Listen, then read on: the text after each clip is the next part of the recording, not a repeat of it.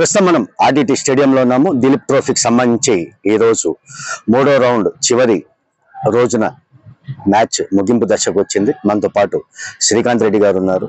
గతంలో ఎలాంటి క్రికెట్ ఉండేది, ప్రస్తుతం ఎలాంటి అభివృద్ధి చెందిన దానిపైన ఆయనతో అడిగి తెలుసుకుందాం.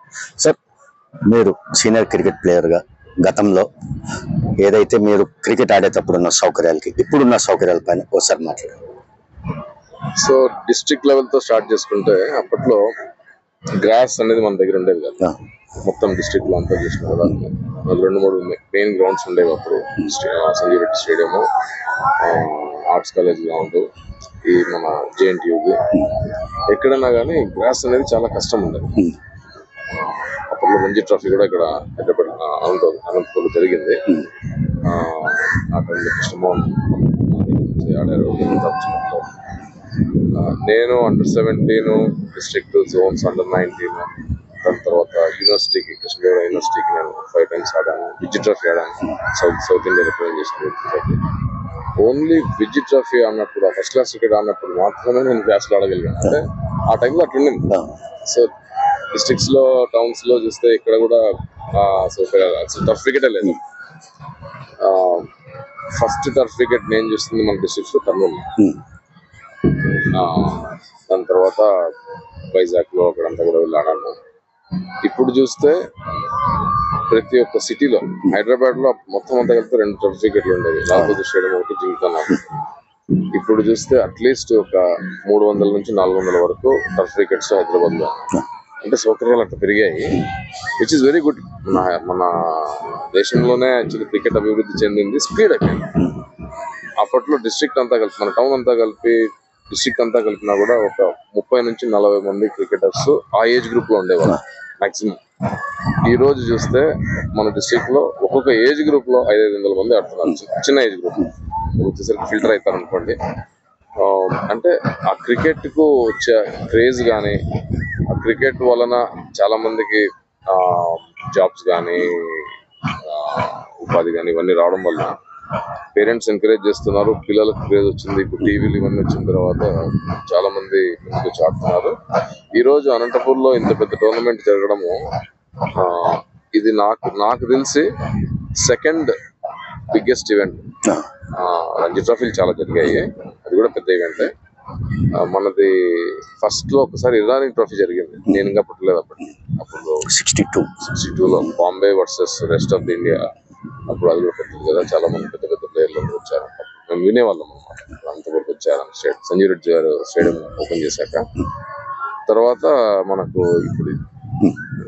So proud to be part of Anantapur district cricket association, directly indirectly. నేను వెటరన్స్ టీమ్ లో రెగ్యులర్ గా ఆడుతుంటాను. అంటే చాలా మంది కొంతవరకు వచ్చి ఆగిపోతుంటారు, ఇంకా మనకు ముందు పోలేము, ఛాన్సెస్ రావేమో అని. మీ టైంలో ఎలా ఉంది? మా టైంలో క్రికెట్ అనేది అదొక జస్ట్ ప్యాషన్ లాగా. మేము మనం ఆడేటప్పుడు పర్ఫామ్ చేయాలా, నెక్స్ట్ లెవెల్కి వెళ్ళాలా అనే వాళ్ళు అదొక బ్యాచ్. కొంతమంది ఏమంటే జస్ట్ గేమ్ ఎంజాయ్ చేసేవాళ్ళు. సో అప్పుడు కూడా అంత ఈజీగా ఉండేది కదా. ఒక టోర్నమెంట్ ఆడాలన్నా, ఒక చోటికి పోవాలన్నా కానీ ఎంతో కష్టపడి, ఈవెన్ అందరు ఒక్కొక్కరి దగ్గర ఒక పేరు 2 పేర్లు తీసుకొని పోయేవాళ్ళము. ఒక లెవెల్ వెళ్ళిపోయిన తర్వాత ఇయర్ స్టేట్ ఆడినవాడు నెక్స్ట్ స్టేట్ ఆడడం చాలా ఈజీ, ఎందుకంటే ఎక్స్పీరియన్స్ ఉంటుంది. ఫస్ట్ టైం స్టేట్ లెవెల్ వరకు పోవాలంటే చాలా కష్టంగా ఉండేది. సో కాబట్టి మధ్యలో చాలా మంది స్టడీస్ అనేది కాదు కానీ ఏదో ఒకటి ఏజ్ వచ్చిన తర్వాత 22 అట్లా వచ్చిన తర్వాత అదే ఇంకా ఉద్యోగాలు చేయాలనేసి కానీ ఆ ఉద్దేశంతో చాలా మంది స్లో అయిపోయేవాళ్ళు. అంటే ప్రజెంట్ అప్పుడైతే గ్రౌండ్ పోతే కోచెస్ నేర్పించి వాళ్ళు అంటే అమౌంట్ మనమే పెట్టుకునే రోజులు అవి. కానీ ఇప్పుడు సౌకర్యాలన్నీ పెరిగినా కూడా రావడానికి చాలా మంది వెనకడుగు వేస్తున్నారు. ఎందుకు ఉండొచ్చు అని అనుకుంటున్నానంటే, ఈరోజు డిస్ట్రాక్షన్స్ చాలా ఉన్నాయి. మనకు రోజుకి 24 గంటలు అయితే మారడం లేదు, కానీ డిస్ట్రాక్షన్స్ ఎట్లున్నాయంటే పిల్లలకి గ్రౌండ్ లోకి రావాలంటే 2 hours టైం స్పెండ్ చేయాలి, అట్లీస్ట్ 2 hours. కోచింగ్, బ్యాటింగ్ కావచ్చు, బౌలింగ్ కావచ్చు, ఫీల్డింగ్ కావచ్చు, ఇంకా ఫిట్నెస్ కావచ్చు. సో ఇప్పుడు టైం లేదు కాబట్టి డైరెక్ట్ గా వచ్చిన తర్వాత బ్యాట్ బాల్ పట్టేసుకొని ఆడడము, బ్యాటింగ్ కానీ బౌలింగ్ కానీ, నో వార్మప్, నో నథింగ్. చాలా మంది పిల్లలకు ఫిట్నెస్ ఇష్యూస్ జనరల్ క్రౌడ్. ఒక స్టేజ్ వెళ్ళిపోయిన తర్వాత ప్రొఫెషనల్ వెళ్ళిపోయిన తర్వాత వాళ్ళకు నెక్స్ట్ లెవెల్ పోవడానికి కోచ్ కానీ ఒక సైంటిఫిక్ గా వాళ్ళు ముందుకు పోవడం కానీ జరుగుతుంది. ఆ ఫిల్టరేషన్ అనేది ఒకప్పుడు 30 మంది రెగ్యులర్ గా ఆడే వాళ్ళలో అట్లీస్ట్ 20 మంది డిస్ట్రిక్ట్ ఆడడం జరిగేది.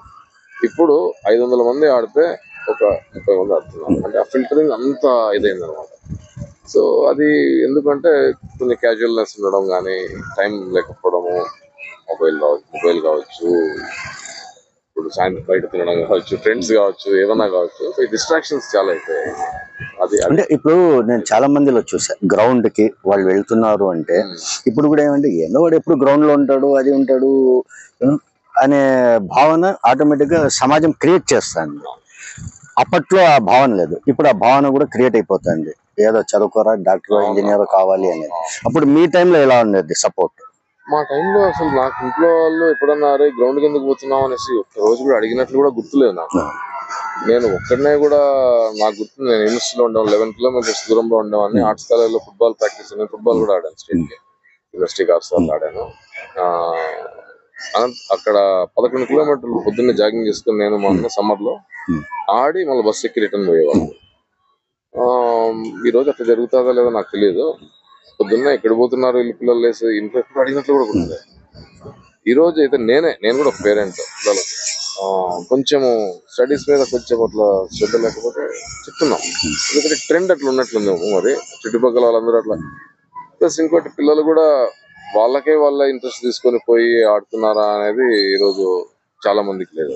అంటే నేను ఒకటి గమనించాను, గ్రౌండ్స్ లో డాక్టర్ వాకింగ్ చేయమన్నాడు, జాగింగ్ చేయమన్నాడు అని ఏజ్డ్ పర్సన్స్ గ్రౌండ్ లో ఉంటున్నారు కానీ యూత్ గ్రౌండ్ లో కనపడడం లేదు. సో అదే మళ్ళీ కారణం ఏంటంటే అంటే అది ట్రెండ్, వాళ్ళ ఏమంటారు డిస్ట్రాక్షన్స్, ల్యాక్ ఆఫ్ టైమ్. ఇప్పుడు చిన్న ఎగ్జాంపుల్, పిల్లలు ఒక స్టేజ్ వరకు ఫస్ట్ అంటే అరౌండ్ 10 to 11 years వరకు పేరెంట్స్ మాట వింటున్నారు. రెగ్యులర్ గా గ్రౌండ్ తీసుకుపోతున్నారు, పేరెంట్స్ ఆడుతున్నారు 3 hours గ్రౌండ్ లోనే. దాని తర్వాత అక్కడ నుంచి నెక్స్ట్ లెవెల్ కి పోవడంలో 1:100. అంటే ఒక్క పర్సన్ 11 years నుంచి తర్వాత 20 years వరకు క్రికెట్ ఆడేది ఓన్లీ 1 out of 100 ఆడుతున్నారు. నేను ఇప్పటికి హైదరాబాద్ లో అట్లీస్ట్ ఒక 20 డిఫరెంట్ క్యాంప్స్ చూసాను. ఎవ్రీ క్యాంప్ లో చిన్నప్పుడు ఆడాడు. ఇప్పుడు హైదరాబాద్ లో అబ్బాయి మన తిలక్ వర్మ ఉన్నాడు, మా పెద్ద అబ్బాయితో పాటు ఆడాడు. సో అట్లా ఫిల్టర్ అయిన వాళ్ళు is 1 out of 100, 1 out of 200 ఉంటారు. మా అబ్బాయి ఫిల్టర్ అయిపోయాడు. ఫిల్టర్ అంటే మధ్యలో బాస్కెట్ బాల్ అని చెప్పేసి వెళ్ళిపోయాడు. ఓకే, ఫిట్నెస్ ఎంజాయ్ చేసేంత వరకు ఓకే. నేను స్పోర్ట్స్ కానీ ఎన్ని స్పోర్ట్ ఈస్ గుడ్ అనేవాడిని. సో వాళ్ళు ఇష్టం. అట్లా నాకు తెలిసి ఏంటంటే ఆ ఫోకస్ లేకనో, గైడెన్స్ లేకనో, కరెక్ట్ గా వాళ్ళు పక్కన ఓకే ఇప్పుడు నా ఫ్రెండ్స్ అందరూ ఇట్లా వెళ్ళిపోతున్నారు, నేను కూడా ఇట్లా వెళ్ళిపోతాం అనేసి అట్లా ట్రెండ్ తో వెళ్ళిపోయిన వాళ్ళు చాలా మంది ఉన్నారు. టాలెంట్ ఉంది ఇండియాలో. ఐ థింక్ ఆ టాలెంట్ ఇంకా ఎక్కువ మంది ఆడి ఇంకా డిస్ట్రిక్ట్ లెవెల్లో కానీ స్టేట్ లెవెల్లో కానీ ఇంకా ఎక్కువ మంది టాలెంటెడ్ పీపుల్ అందరూ పైకి పోవాలనేసి నేను కోరుకుంటున్నాను. అప్పుడేమవుతుందంటే ఇండియాలో ఇంత క్రికెట్ ఆడుతున్నా కూడా కన్సిస్టెంట్ గా మనం వరల్డ్ కప్ ఎన్నిసార్లు గెలిచాం, 2020లో మనం 2007 తర్వాత మనం గెలిచాం. అది కూడా మన luck right. South Africa almost గెలవాల్సింది. ఓడిఐలో కూడా అంతే అందుకని ఏంటంటే క్రికెట్ ఇంకా స్ట్రాంగ్ అయితే మనకు ఇంకా అప్పట్లో ఒకప్పుడు వెస్టిండీస్, ఆస్ట్రేలియా ఎట్లా ఉందో ఆ టైప్ లో ఇండియా రావాలని నాకు మనస్ఫూర్తిగా కోరుకుంటున్నాను. అది రావాలి అంటే ఐ థింక్ ఇంకా కొంచెం పిల్లలు సైంటిఫిక్ అప్రోచ్ తీసుకొని కొంచెం ఆ లెవెల్ ఆఫ్ కోచింగ్, ఆ రియలైజేషన్ అవసరమైతే మన కంట్రీ కాకుండా ఇంకో కంట్రీకి పోయిన ఒక లెవెల్ అయిపోయిన తర్వాత డిస్టర్బెన్స్ లేకుండా, డిస్ట్రాక్షన్స్ లేకుండా ప్రాక్టీస్ చేయాలని సో రచిన్ రవీంద్ర ఇక్కడికి రావడానికి ఒకటే కారణం. చిన్నప్పుడు వచ్చాడు, వాళ్ళ ఫాదర్ వాళ్ళ క్లబ్ లాగా అట్లా ఆడిట్ చూడడానికి అని అట్లా వచ్చారు, ఆడాడు. మా అబ్బాయి కూడా వచ్చాడు ఇక్కడ ఆడడానికి. తను ఏంటంటే ప్రొఫెషనల్ లోకి వెళ్ళినప్పుడు ఇండియా కండిషన్స్ ని రావడానికి ఒక నెల ముందే వచ్చేసేసి ఒకడే ఇక్కడ ప్రాక్టీస్ అంటే ఆ డెడికేషన్. అంటే వాళ్ళు ఏంటంటే ఒక సైంటిఫిక్ టెక్నికల్ అప్రోచ్ లోకి వెళ్ళారు.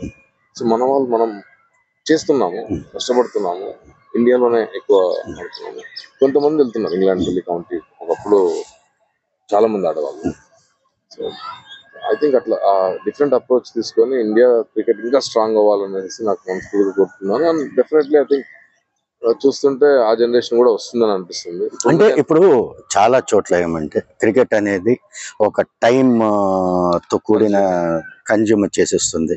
దానికంటే టెన్నిస్, బాస్కెట్బాల్ ఇవి జస్ట్ 1 అవర్ 1.5 అవర్లో అయిపోతుంది. దీనికోసం మనం టైం వేస్ట్ చేసుకోవడం అవసరమా అనే భావన కూడా ఉంది చాలా మంది. చాలా మంచి క్వశ్చన్ అది. క్రికెట్ ఆడే వాళ్ళకు టైం కన్జ్యూమింగ్, ఎందుకంటే మినిమం 4 గంటలు ఆడాలి. ఇది 2020 అవ్వచ్చు, ఇంకోటి కావచ్చు. టెస్ట్ క్రికెట్ అయితే ఇంకా చెప్పాల్సిన అవసరం లేదు. 2020 చూసే వాళ్ళకి ఎంటర్టైన్మెంట్, ఓడిఐ కూడా పర్వాలేదు చూసే వాళ్ళకి ఎంటర్టైన్మెంట్. తొందరలో టెస్ట్ క్రికెట్ మొత్తం ఒక 10 years లో పోయినా కూడా ఆశ్చర్యం లేదు. ఎందుకంటే ఫౌండేషన్ టెస్ట్ క్రికెట్ స్టార్ట్ అయింది కాబట్టి ఇన్నింగ్స్ క్రికెట్ ఇంకా ఉంది. ఆ జనరేషన్ ఆఫ్ పీపుల్ ఇంకొక 20 years లో తర్వాత ఇంకా 10 క్రికెట్ కూడా వస్తూ ఉంది. వెస్ట్ ఇండీస్ లో అక్కడ 10 ఫేమస్ అవుతా ఉంది. అంటే స్పీడ్ ఎక్కువైపోయింది. సో ఫార్మాట్స్ చేంజ్ అవుతున్నాయి. మీరు అన్నట్లు ఆ టైం ఉంది కదా, ఆ టైం ని బట్టి తగ్గించుకుంటూ ఎంటర్టైన్మెంట్ ఎక్కువ పెంచి, ఎంటర్టైన్మెంట్ పెరిగితే ఏమవుతుందంటే మనీ అరౌండ్ క్రికెట్ అనేది ఇంకా ఎక్కువ పెరుగుతుంది. చాలా మంది జాబ్స్ రావచ్చు. పాజిటివ్స్ అయితే అలా ఉన్నాయి. బట్ గేమ్ అయితే ఫార్మాట్స్ చేంజ్ అవుతున్నాయి. సో నేను అనేది అంటే ఓవరాల్ గా summary, over the past 40-50 years కి ఇప్పటికి చాలా గేమ్ ఫాస్ట్ అయిపోయింది. ఫార్మాట్ చేంజ్ అయింది, ట్రెండ్స్ మారుతున్నాయి. ఇట్లానే నెక్స్ట్ ఇంకా ఫ్యూచర్ లో కూడా ఇంకా చాలా ట్రెండ్స్ మారచ్చు. బట్ స్పోర్ట్ ఈ స్పోర్ట్. కంపేర్ చేసుకుంటే ఇప్పుడు ఫుట్బాల్ ఉంది, ఏం మారలేదు. అది స్టాండర్డ్ అట్లానే ఉండిపోయింది. వరల్డ్ ఫేమస్ గేమ్ అది ఫుట్బాల్, ఎన్ని కంట్రీస్ ఆడతాయి. సో అట్లా ఇక్కడ మనకు క్రికెట్ లో కూడా అట్లాంటి కొంచెం మెయిన్ అట్లా ఫార్మాట్స్, మరి టూ మెనీ ఫార్మాట్స్ చేంజ్ కాకుండా అట్లా ఉంటే బాగుంటుంది. Thank you. ఫార్మాట్స్ చేంజ్ అవ్వడం ప్రతిసారి కూడా క్రికెట్తో పాటు మిగిలిన ఏదైతే ఉంటాయో స్పోర్ట్స్ అవి అభివృద్ధి అవుతున్నాయి. క్రికెట్ కూడా ఇండియాలో అభివృద్ధి కావాలని కోరుకుంటున్నానని శ్రీకాంత్ గారు మనతో పాటు అన్నారు. ఆర్డిటి స్టేడియం నుంచి ఎస్ఎస్ ఖాన్, రఘు.